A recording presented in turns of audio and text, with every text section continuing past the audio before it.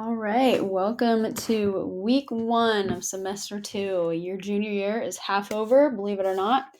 I'm super excited to have a fresh little restart here with a new semester, and I'm incredibly excited for the new unit that we are starting because it is one of my favorite things to teach.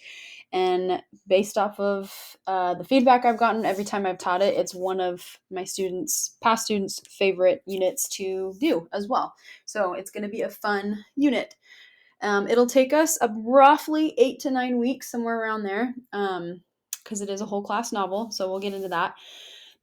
We have a full week this week. All meet Monday, and then AB. So on Monday we are going to be doing a Kahoot to kind of uh, have a little bit of fun and see what you can remember from last semester, or if you're brand new to me, to kind of get to know me a little bit better. And then we're going to go over very quickly just expectations, things that I want to be mindful of as we're starting a new semester. So we'll go over that, and then we're going to start our Gatsby unit. So we'll do this Kahoot. I'm not going to do it on this video because I don't need to do that. Let's go over some things that have to do with how this class works and a few adjustments that I've made. Not major, but just a few. So, number one, I just want to remind you why I chose to become a teacher, because I chose to be here. Some teachers don't really make it seem like that for them. But for me, I love teaching. It is a calling and a passion of mine. The short answer of why I chose to become a teacher is you. The long answer is just that I want to make a difference in my life, and I want to do that by impacting people, specifically young people. My teaching philosophy, these are things that kind of guide how I do everything. You focus on the learning and not just having the right answer. You earn your grade. I don't give grades. I feel like I've heard that phrase, like, why did you give me a B? I don't give grades. You earn them. You need to take care of yourself in all aspects, mentally, emotionally, physically. There's just so much that it is required of us as human beings to thrive, and if you're not taking care of those things, then it can be really hard to learn. I want you to approach things with a growth mindset, also knowing that I care about you a lot and I'm here to help you in any way that I can, but I can't care more than you do. Meaning, I can't care for you, I can't do your projects for you, I can't muster up motivation for you. You have to do that yourself. And a big part of that is self advocacy, coming to me and asking for help when you need it, or asking for clarification, because at the end of the day, you're the one trying to graduate high school, not me. And then lastly, I expect effort and not perfection. If you are giving me your genuine best effort, I guarantee you will be fine in this class. But if you aren't doing your best, then it probably won't work out super well. So we did this last semester, but because of the units we had, it was kind of off and on. We are going to get back to weekly Google Slides. It's basically a digital journal. And specifically with the Gatsby unit, we're going to rely on these heavily. So you'll have one every week until we finish the book. Which reminds me, homework. I don't give homework because I think it's kind of unnecessary. But with that, you need to be using your time wisely, because that's why we don't have homework, for you to get the Google Slides done in class. The Google Slides are not homework. You do those in class. As always, I am recording videos like the one you're watching right now. So if you're gone at any point in time, check the link to see what you missed before emailing me.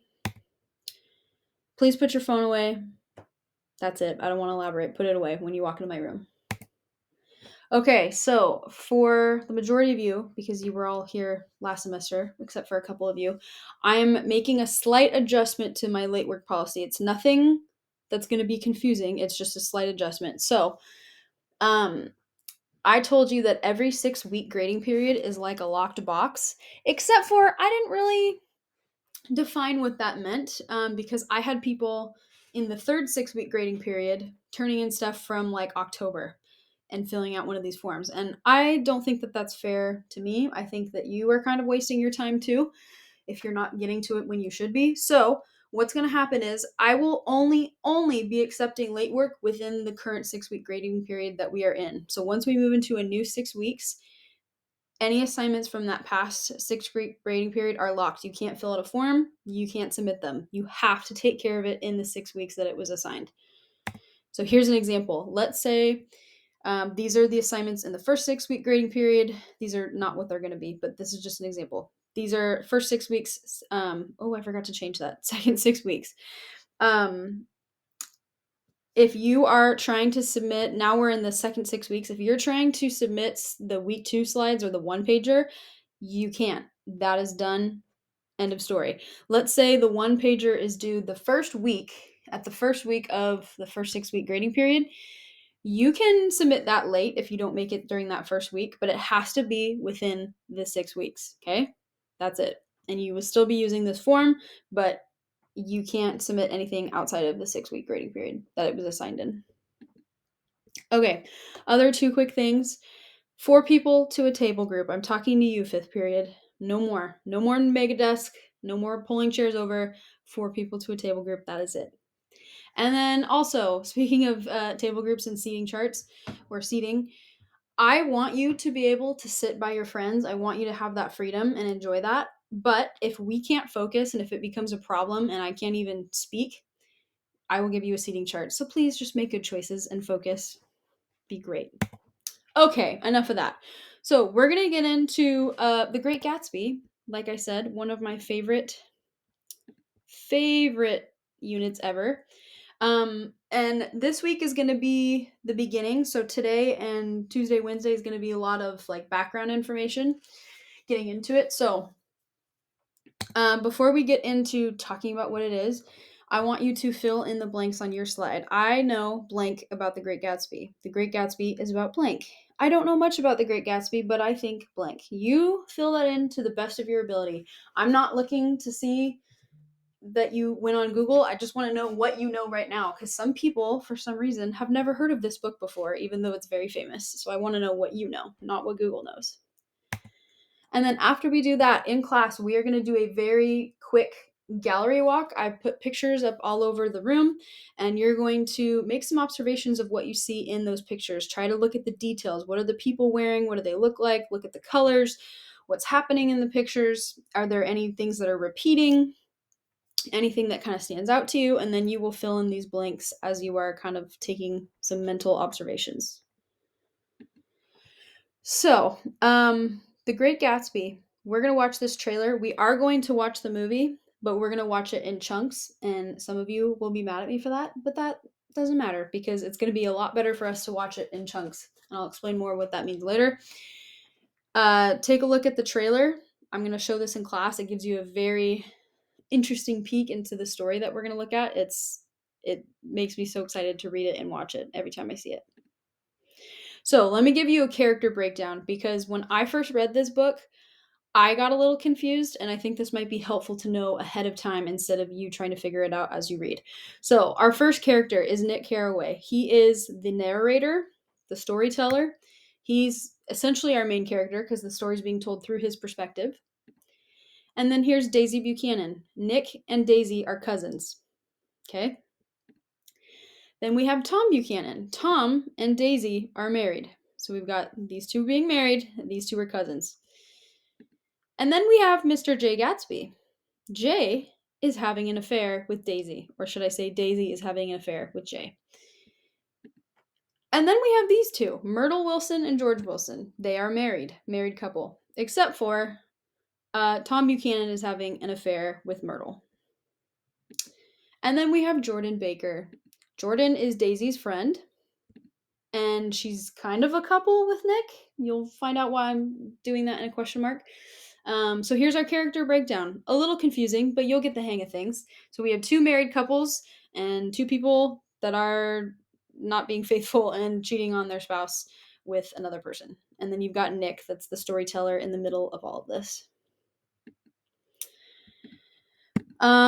Here's another thing. I have a poster of this in our classroom on the back bulletin board. This is going to be very helpful for some of the plot points that we have in terms of the location of where these people live and what's going on. So every once in a while, take a glance at the poster to see where things are happening. As we read our book, we are going to answer our essential question, which is love enough? Is love enough to be content in life? I will tell you that your summative project for this is not going to be an essay. It's going to be something way more fun than that. And the goal with the summative is to answer this question through several characters' point of view and then also through your own perspective. So it'll be really interesting to be thinking about this question as we go through the book and the story. As we go through, we're going to analyze two things in our Gatsby unit. We're going to analyze the text and then analyze the film and kind of do some compare and contrasting. With the text, the book, we're going to look at symbolism and language and plot and themes and the essential question and how that's all handled with characterization. And then in the film, we're going to look at how the novel is portrayed through the medium of film and then what specific choices the director made that our author didn't necessarily make. And then finally, how we're going to read this book. We are going to read only in class. I'm never going to make you read outside of class unless you miss coming to class and you need to catch up. But no reading homework. This will all be done in class. You are reading roughly one chapter a week because I figured out the pacing to make it not overwhelming and we'll be able to tackle about one chapter a week. We're going to use the audiobook. So you are going to have a physical copy of your physical copy of the book in your hands, and then we're going to be listening to the audiobook and following along. I find that this is so much better and less stressful than like popcorn reading. And we have a celebrity who is the narrator, so it's kind of fun to hear that. You need to bring your copy to class every single day. Please don't forget it because that would not be fun. Okay, moving on. We need some more background context besides the kind of the backdrop of the book. We need some historical background context. Now, listen, I am not a social studies teacher by any means, but I do have a husband that got his teaching degree in social studies, and I also work with Mr. Muller because we teach Avid together, and he teaches social studies, obviously. So I've got some verification that I'm not completely off base here. I did my own research, but we're going to get some background context into what life was like in the 1920s because that's when this story takes place. It was published in the 20s, and the story takes place in the 20s. So, a couple things. The Prohibition, this was a big deal. The 18th Amendment was passed, which banned the manufacture and transportation of sale of alcohol and liquor, and that lasted for 13 years. Now, the story takes place in 1922, so that's roughly 2 years into this. So keep that in mind. There was a big economic boom. America. Did I skip something? Oh no, I didn't. America is post World War One. It's booming. It's thriving economically, and there are inventions that make life easy, give more time for leisure. You have the ability to drive now that the car is kind of a thing, and it's the golden age of Hollywood. Speaking of timeline, we have 1914 to 1918 is World War One. 1922 is when The Great Gatsby takes place. 1929 to 39 is the Great Depression, and then 39 to 45 is World War II. So here are some things that I have come up with to kind of help you, to the best of my ability, picture what it might have been like to live in 1922. Air conditioning had only existed for 20 years, and I know that sounds like, oh, 20 years, that's a long time. But only rich, very rich, wealthy people had it. Most people, like if I was alive in the 1920s, I would not have AC at all. I'd be dying during the summer. The year is 1922. Women had only had the right to vote for 2 years at this point, and that would be white women only. Traffic lights had existed for 10 years, but they looked like this. The Ford Model T was invented 14 years ago, which is almost your entire lifetime.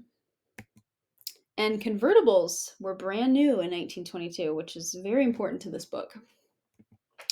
The cheeseburger would not be invented until 2 years later. So at the time of the story, Gatsby and Nick and Daisy, they would not know what a cheeseburger was.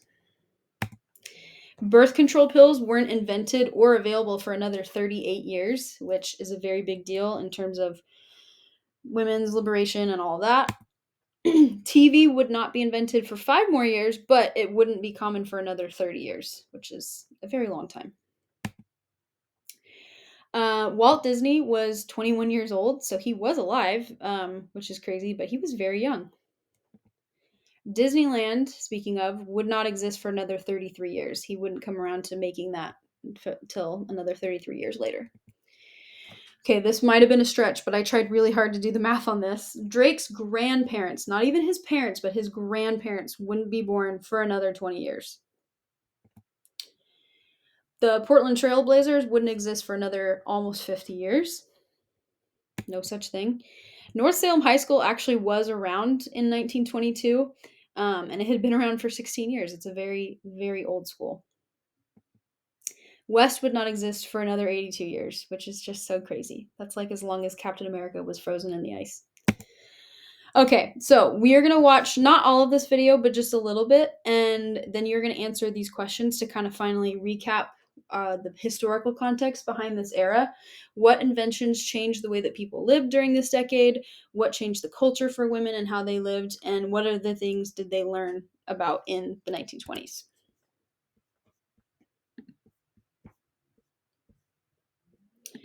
So we are moving on to day number 2. Yep, day number 2, if we can get to all that.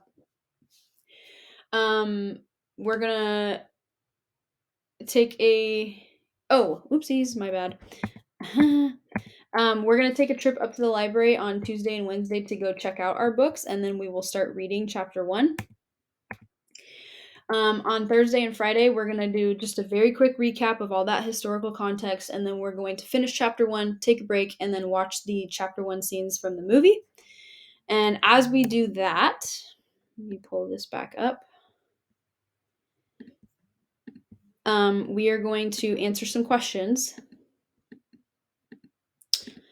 So this is kind of a warm-up question. You are going to rank these 14 qualities in order of most important to least important. And this is for you personally.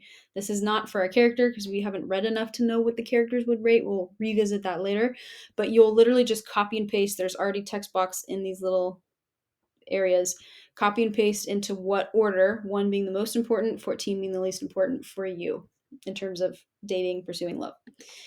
Okay, as we read, I will pause and give us time to answer these questions. So for chapter 1, some of the prompts we have, you're going to give each character a grade for each trait, and then you're going to explain the grade in the comment section. You should refer to details from the text in the comment section. If you want a 4, you need to be referring back to the text. It's super, super important. We've got kindness, honesty, attitude, and intelligence. So we're going to give a grade for Nick, for Daisy, and for Tom. And then a quick reflection before we watch the first scenes in the movie. In your opinion, so far, which character is the most likable and why? And then in your opinion, which character is the least likable and why? And then after we watch the scenes from chapter 1, we are going to answer these 2 questions. I want you to consider the film director's choices to begin the movie with Nick speaking to a psychiatrist, because that's not how the book starts. What effect does this choice have on the story? What is the director trying to do? And then lastly, how does Nick feel and act during the dinner with the Buchanans? Use details from the film to support your explanation. What is his body language, his facial expressions? What are the things that he brings up? All of that. So that is week 1. I know that was a lot, but it's a big unit and it's a big start. So if you have any questions, let me know.